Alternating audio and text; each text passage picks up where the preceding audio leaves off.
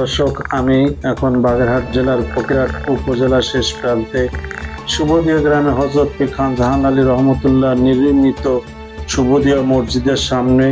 দূর দূরান্তে এই সকল মসজিদ মানেই এই অঞ্চলে তার একজন প্রতিনিধি ছিলেন।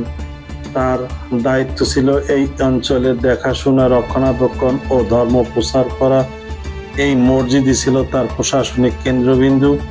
এই মসজিদটি এক গম্বুজ বিশিষ্ট পোড়া মাটির ইটের দ্বারা নির্মিত হলে এখন বোঝার উপায় নেই, কেননা সম্প্রতি অপরিকল্পিতভাবে প্লাস্টারের মাধ্যমে রং করে ভিতর বাইরে পুরাতন ঐতিহ্য নষ্ট করা হয়েছে। এই পিছনের এই অংশটুকু হচ্ছে বর্ধিত অংশ, যা স্থানীয় জনসাধারণ পরবর্তীতে করেছেন। আমি এখন সেই মূল এক গম্বুজ বিশিষ্ট যে মসজিদ, সেই মসজিদের ভিতরে এই উপরে দেখতে পাচ্ছেন সেই এক গম্বুজের তলদেশ যা রং করা হয়েছে এবং চারিপাশে প্লাস্টারের মাধ্যমে সেই পুরাতন পোড়ামাটির ইটকে ঢেকে দিয়ে তার পুরাতন ঐতিহ্যকে নষ্ট করা হয়েছে।